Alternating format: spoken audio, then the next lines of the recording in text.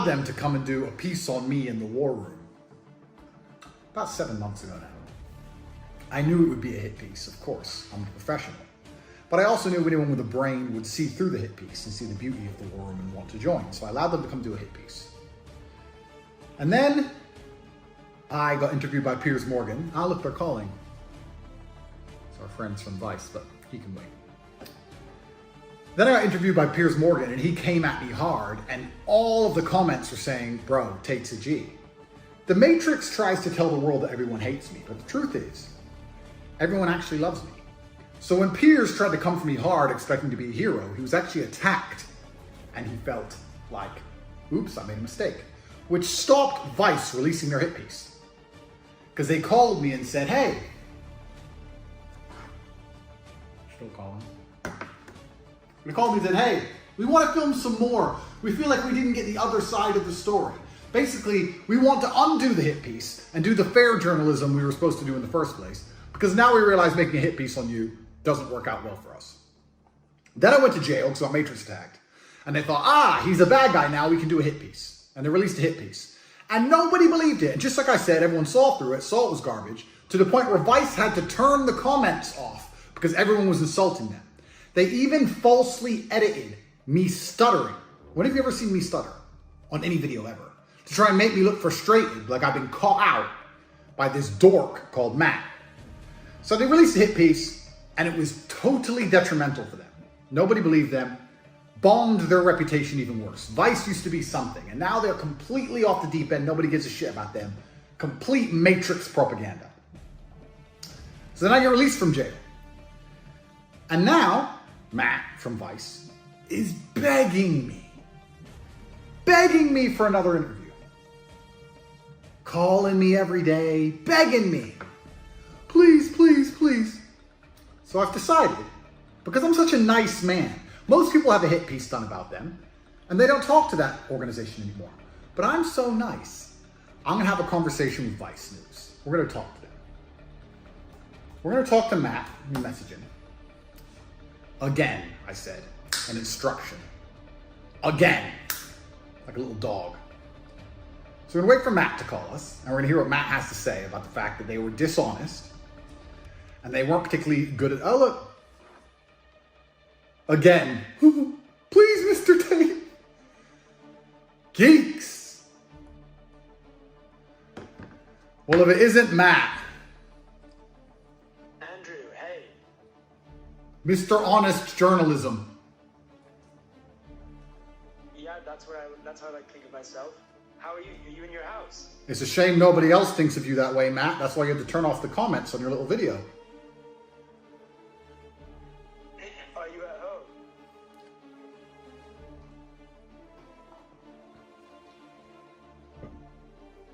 Congrats on your being released under house arrest.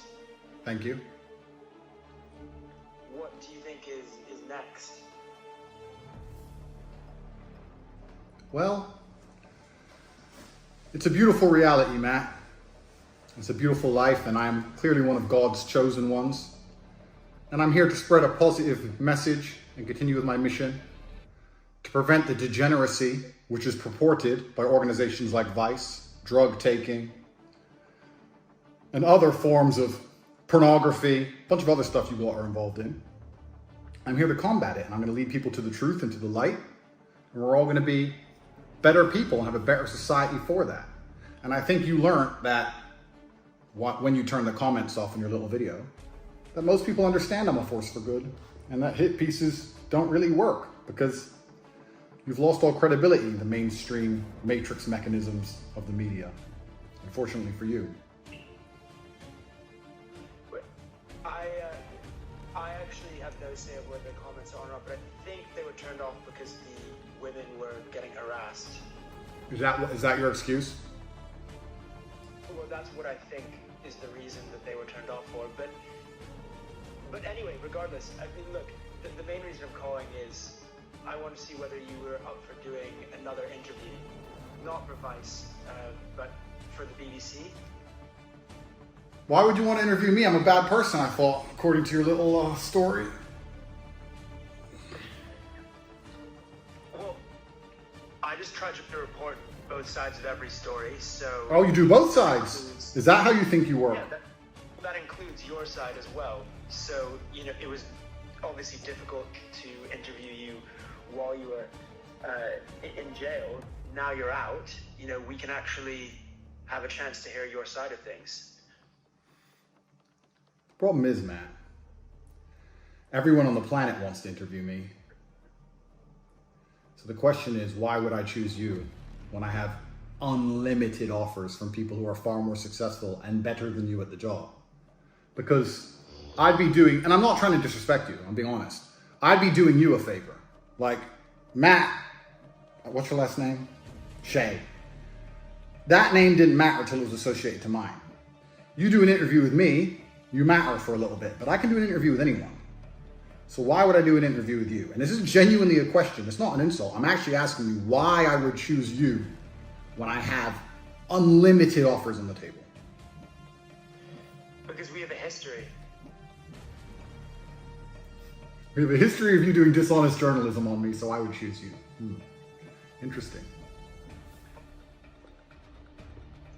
Any journalist that you speak to is going to ask you the similar questions to the ones I asked you. I have no problem with your questions. Questions are not a problem. The reason that I want to do an interview with you, and of course you can do an interview with anyone you want, and you know, that's entirely your choice. I'm just, you know, one of the many people asking you, I guess, but we have a history and we got cut short last time, and there are still unanswered questions that I want to put to you. I can only tell you why I want to interview you, you know? Ultimately, it is your choice. It is my choice, isn't it? I get to choose which reporter in the world, all these reporters who want to say bad things about me, I get to choose which reporter on the planet gets to become relevant via proxy because I am the most relevant person and I get to do the charitable act of allowing somebody to sit next to me and ask me questions. It's kind of interesting. I need to think heavily about it. I can't just give out such a fantastic opportunity to disingenuous nobodies. It's something I need to think about. Do you work for the BBC now or do you work for yourself? I'm an independent contractor, but it has to be broadcast somewhere, and I think the BBC is where it would go. But one thing I would say though is, I spoke to the sartorial shooter, and he said that one of the things you might want is the chance to film it and record it yourself. Oh, you mean so you can't edit in stutters like you did with Vice to pretend that I was stuttering when I was answering questions? Is that why? I don't know what you're referring to in particular. Yes, you do, Matt. The algorithm to make you become more famous and more viral. I'm not an expert on algorithms for social media platforms. I do not have most of them installed on my phone. I cannot control what a 15-year-old Singaporean decides to do when he chops me up and calls me names. I can't control that, and I wouldn't try to. When you search for your And I wouldn't try to. When you search for your name in Google, what are the associated terms? Why then have the Romanian police said the investigation is ongoing? I'm not sure where you got that information from. I'm not sure who said it. Is there some kind of procedure that must be completed? I don't know. There has been a lot of bad Procedure that must be completed? I don't know. There has been a lot of bad I can't control that, and I wouldn't try to. When you search for your Procedure that must be completed? I don't know. There has been a lot of bad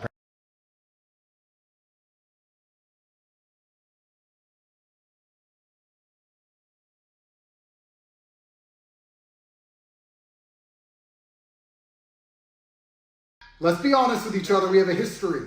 We're friends now. Don't lie. Stutters were edited in to try and make it look like you stumped me with your asinine questions, which of course is absolutely impossible. I honestly don't know what you might be referring to is sometimes we cut to B-roll of someone's face when we're editing an interview, because you know we spoke for almost an hour, but it gets cut down to only a few minutes, so there are going to be some edits and we are going to need to cut to your face at some point. You dishonestly edited. Okay, we agree. Well, we edit.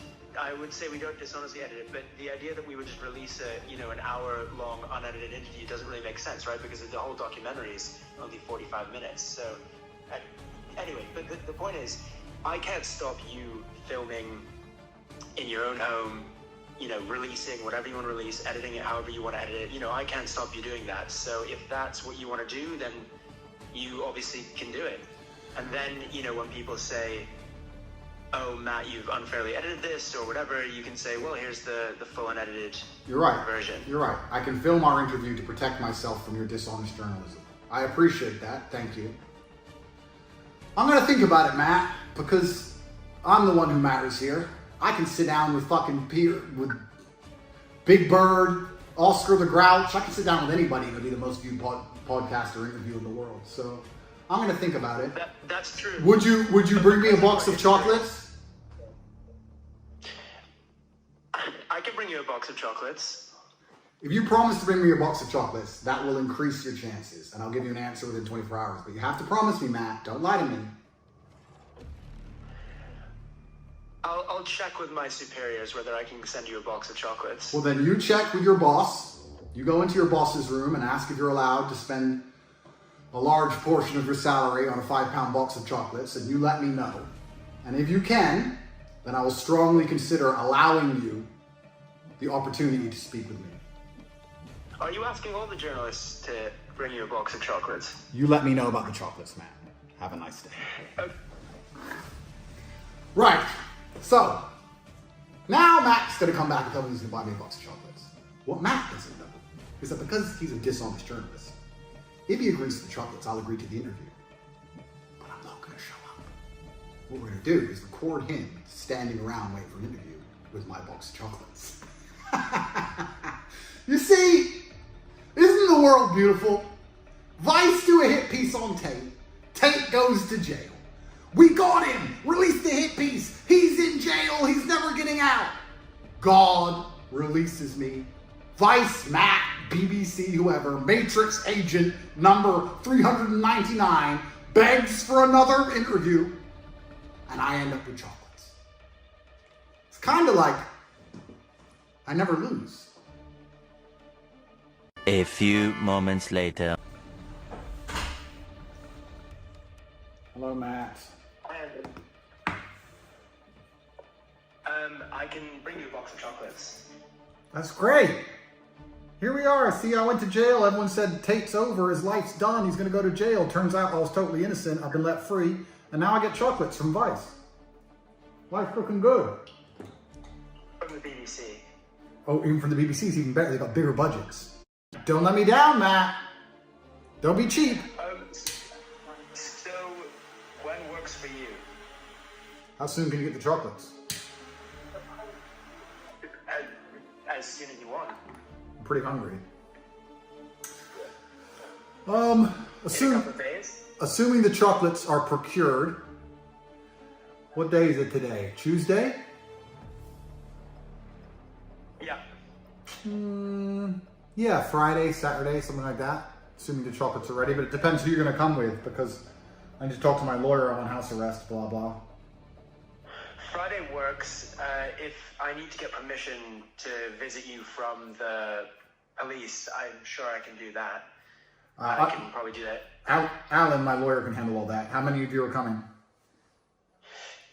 It would just be 3 people. Me and 2 crew. You and 2 crew. Okay, let me talk to my lawyer and I'll get back to you. Okay, great. Hopefully see you soon. Hopefully. All right. Gotcha, bitch! Several days later. Is Andrew coming out to meet us? Yeah, who are you? Matt This is Matt, and he looks. from the BBC. Alright, I'm gonna let him know. Okay, Like, great, be right thank back. you. Okay. Thanks.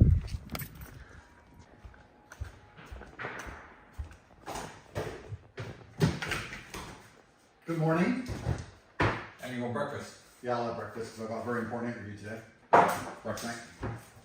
A very important interview today with a very renowned, esteemed, well-known journalist called Matt Shea. Yeah. As you can see, I'm dressed for the occasion. I love Matt Shea. I think you can see him stand outside my house right there. With his film crew. With his film crew. That's interesting. Where is he? Here he is. Here he is. Please, can I have another interview? Please. Geek! Geek! What a dork! Imagine going to school as a kid, Okay. and everyone's like, you're a geek, you're a nerd, Okay. you're a dork, and then you grow up, and they were right. I watched That's Matt Shay's reality. I watched one of his interviews about a drug in Colombia, and he was sniffing cocaine in the interview, talking about how the drug people aren't actually that bad, they're the same as the cocaine people. But then he does hit pieces on good people. Christian, he is a dork, a nerd, and a geek. DNG. He's DNG! DNG. I haven't heard of it. I haven't seen a DNG in person. And you know what's amazing? What? His stupid ass didn't do what me and you would have done.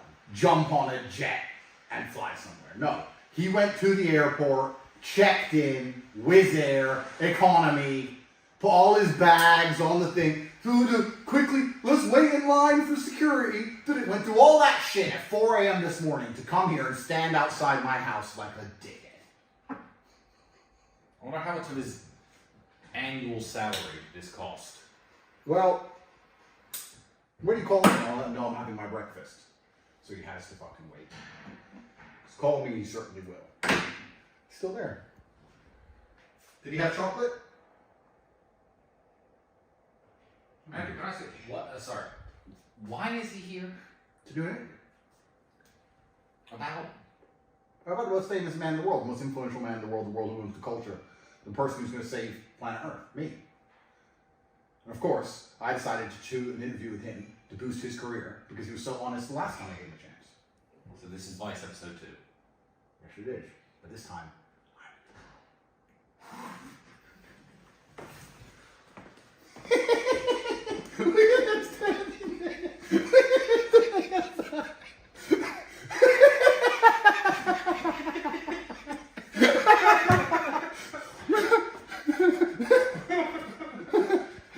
woo! It's gonna be great. DNG. He's the DNG man. That's not the interview. Can't just dance. This is my interview. This is all I have to say to him.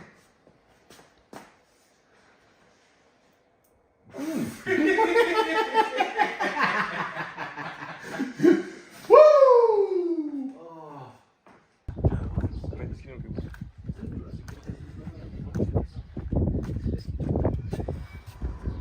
So I spoke with Andrew. He said he's tired right now Okay. and like to give him his chocolate. Give him his chocolate. Yep. Okay, well, can you tell him we can give it to him once we're sat down to do the interview? He wants the chocolate now. He wants the chocolate now? Yep. Okay, because I'm a little bit worried that he's just gonna, brag about us bringing him chocolate on Twitter and not actually do the interview. I don't know. You So- have to bring the chocolate first. Okay, so is he too afraid to come out and say it himself? No.